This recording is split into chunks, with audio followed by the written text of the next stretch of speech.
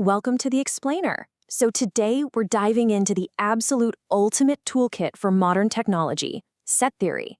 If you've ever wondered how the digital world organizes itself, how algorithms sort information, or how massive databases actually function behind the scenes, well, this is exactly where it all starts.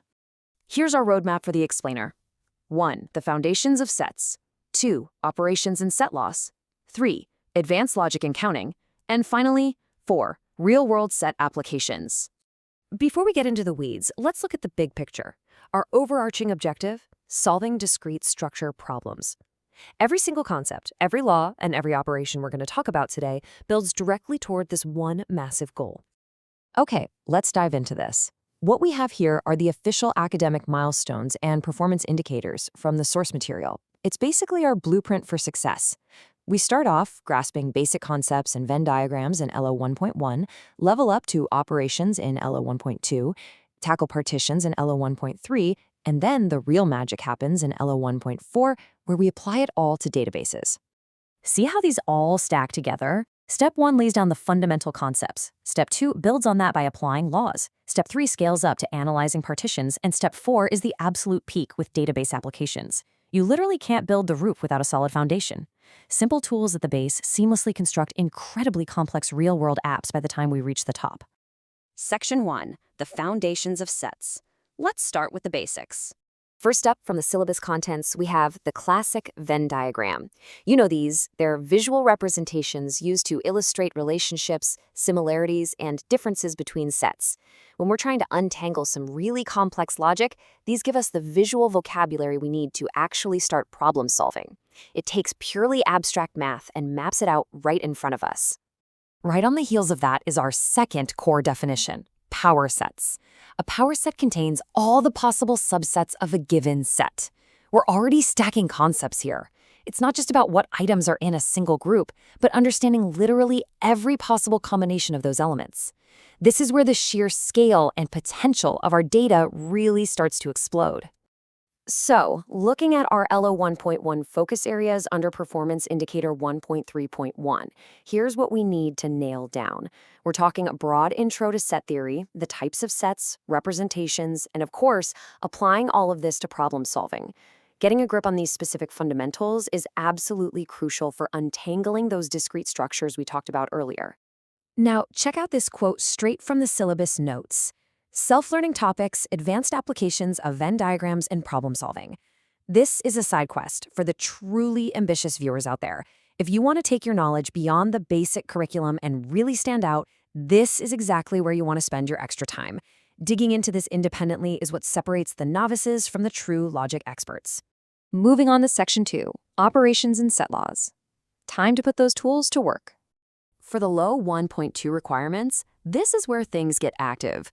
We need to perform set operations, apply set laws, and construct power sets and Cartesian products.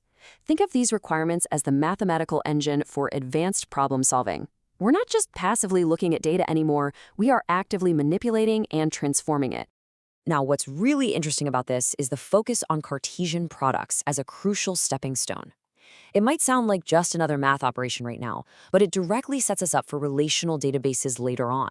When software engineers join massive data tables together using SQL out in the real world, they're essentially playing in a sandbox built by Cartesian products. It is an incredibly powerful concept to master early on. All right, Section 3, Advanced Logic and Counting. This is where we solve the really complex problems.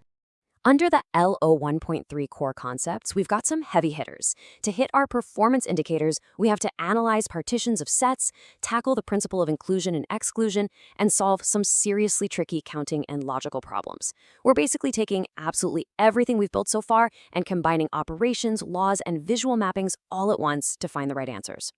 So the crucial point is right here: the principle of inclusion and exclusion. This specific principle is the absolute key to avoiding double counting in messy data sets. When you have overlapping sets and you need a perfectly exact count without falsely inflating your numbers, this principle is your best friend. It guarantees mathematical accuracy when things get incredibly complicated. And finally, we hit the boss level. Section 4, Real-World Set Applications, where theory meets reality. And this brilliantly illustrates the exact bridge between the classroom and the tech industry. On the left side, the academic theory from LO 1.3, analyzing partitions and solving logical counting problems.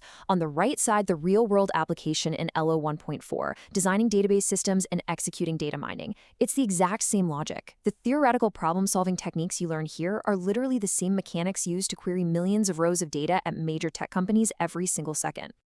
Looking at the LO 1.4 ultimate goals, we need to actively identify set theory concepts in the wild, apply them directly to database systems, and leverage them for data mining operations. Remember, databases and data mining are the massive, real-world payoff for mastering sets. All those Venn diagrams and Cartesian products we talked about, they are the literal DNA of the algorithms driving our modern digital economy. So, I'm going to leave you with this final, provocative thought as you tackle the syllabus. If basic sets govern simple counting, how will you use them to mine the world's data? The tools are right there in front of you. Now it's time to dive into the course material, apply these structures, and actually start building. Thanks for joining me on this explainer, and I'll catch you next time.